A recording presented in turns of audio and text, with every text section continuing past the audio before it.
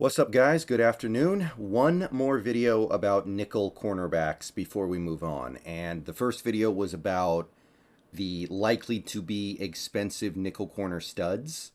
This video is going to be about the guys you bring in more to be depth or a kind of hedge your bet insurance guy for either the rookie you draft or, I guess, Kobe Bryant or Trey Brown or whatever. Like, you want to bring in a guy with some potential, some upside, but you don't want to break the bank. You're willing to take a little bit of a gamble. Maybe you've got, an insurance plan in terms of like, well, Kobe's already proven he can do it okay, so we can just put him back out there if need be. But the nickel corner position is always kind of tough, right? Because a lot of teams will have their safety come up and play nickel corner on nickel downs. Like the Bucks do that with Winfield Jr., I believe.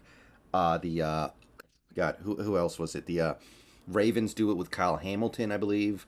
A lot of teams do that. So nickel corner is really hard to sift through sometimes, and it's hard to interpret how teams are going to handle that position sometimes. So I'm going to do the best I can here. We're going to go through some names here who've caught my attention, guys who I don't think are going to cost that much, guys who I think you can get for like $4 million or less if I had to guess. Could be wrong.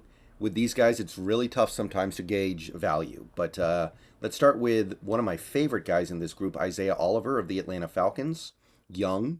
He's going to turn 27 right after the season starts. Second round pick, good pedigree.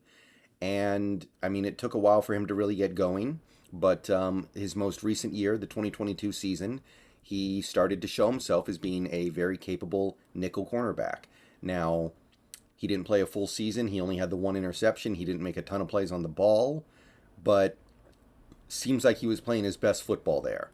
PFF gave him really good grades for 2022, which definitely means something. So I look at this and I go, okay, this guy might be the opportunity to get like a little bit of a steal at nickel corner, where you pick him up for, I don't know how coveted he's going to be. It might be like a 2-year, $10 million deal, $2 million, $8 million, something like that, and he ends up being a lot better than you expected, and people kind of look at him and go, why didn't we look at that guy as an example of somebody who we should be targeting heavily as a nickel corner that off season?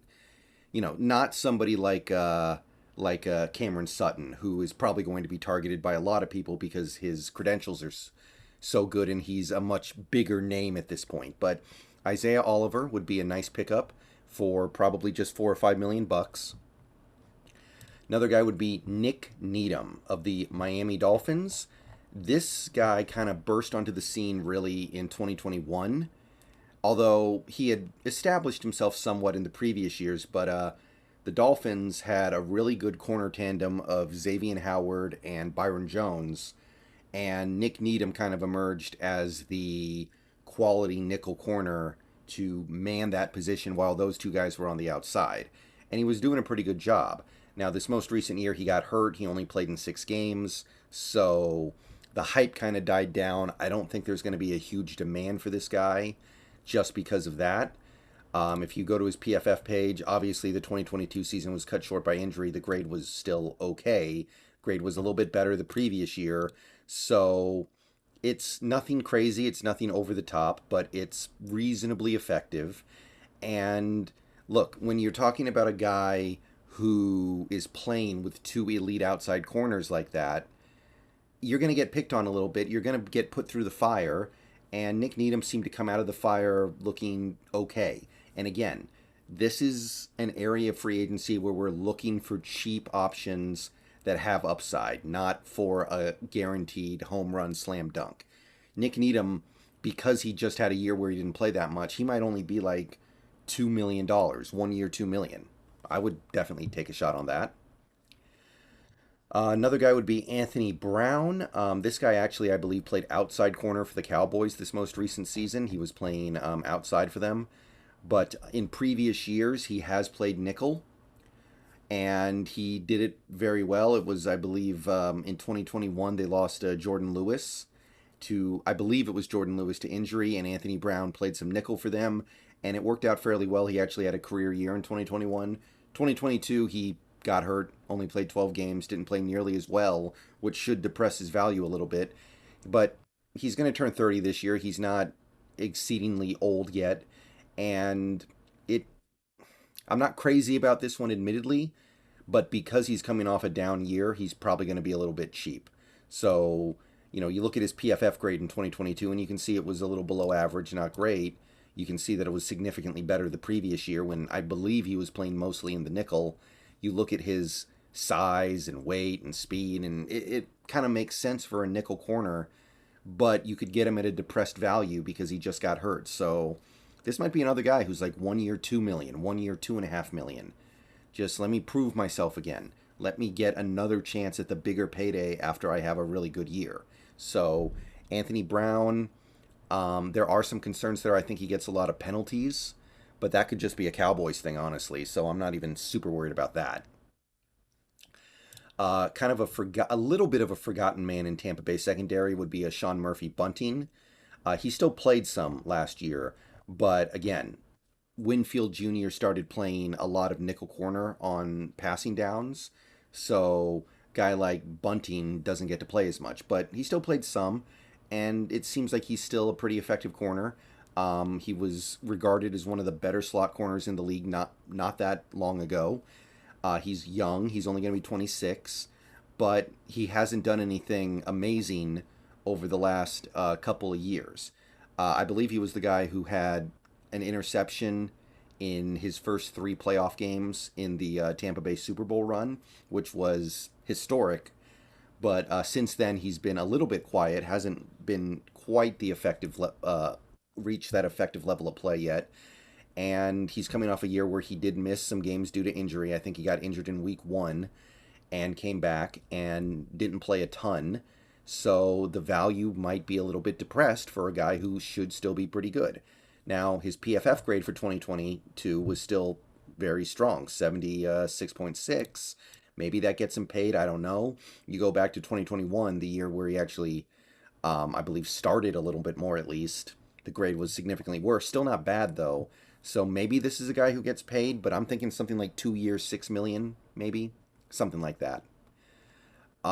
Next, I want to take a look at Byron Murphy.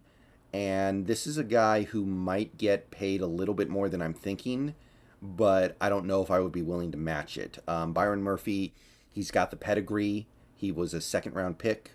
He's still young. He's going to turn 25. Well, he's just turned 25, excuse me.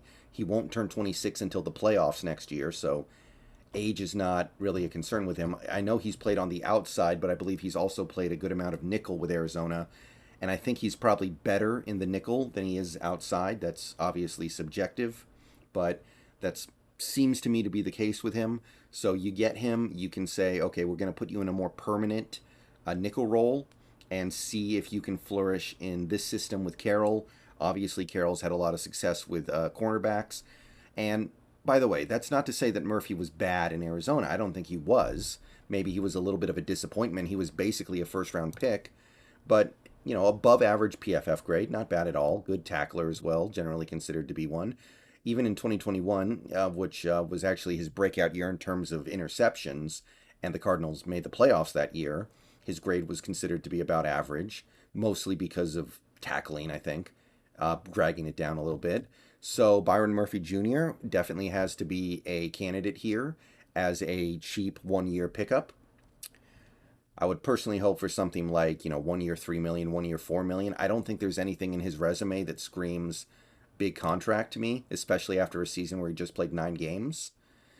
And the final guy, and you guys know that this video needs to end when this is the guy I'm looking at, it's Logan Ryan, who just turned 32, who has largely been playing safety the last few years for the Giants and the Bucks, who just had a season where he played 9 games. And, yeah, you know how I suggested that maybe Bradley Roby had gone off the cliff last year? This guy seems like he went off the cliff a couple years ago. So this is like break glass in case of emergency. We need a nickel corner in the worst way. And the reality is, while I can talk about this to a certain extent, Logan Ryan is probably just going to be what Justin Coleman was for us last year. a guy you bring in hoping he can do it, and then he can't do it. Now, Coleman largely couldn't do it because of injuries. Logan Ryan can't do it largely because of age, but it'll probably just lead to that anyway. His PFF grade for 2022, however, was not bad, but again, I think he's largely playing safety now. I don't know how often he comes up and plays nickel. And I mean, the Bucks have Antoine Winfield and Sean Murphy bunting. I don't think Logan Ryan's playing any reps really at nickel at this point. So you get him. You are crossing your fingers. He's got a little bit of juice left in that tank with very, very little evidence that it exists. But hey, veteran minimum, right? Logan Ryan's probably a veteran minimum player at this point. So maybe we're going to loop back around on him when we're looking for backup safeties. That's possible. All right. Well, that's my look at some backup safeties you can get. And keep in mind that there are other options out there for this. Like I said, you can get a safety. Maybe not necessarily this team because of all the money we put into safety, but you can get a safety who plays nickel corner on some downs and say, okay, you're just going to play nickel corner here. I don't think we would do that, but regardless, there are other options out there. The nickel corner position is weird. It's tricky.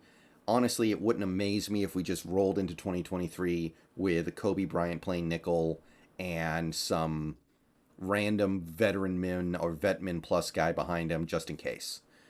All right, I'll see you guys later today. Go Hawks. Should be on Twitch later tonight. Probably another video coming later today. Hope to see you there. Go Hawks.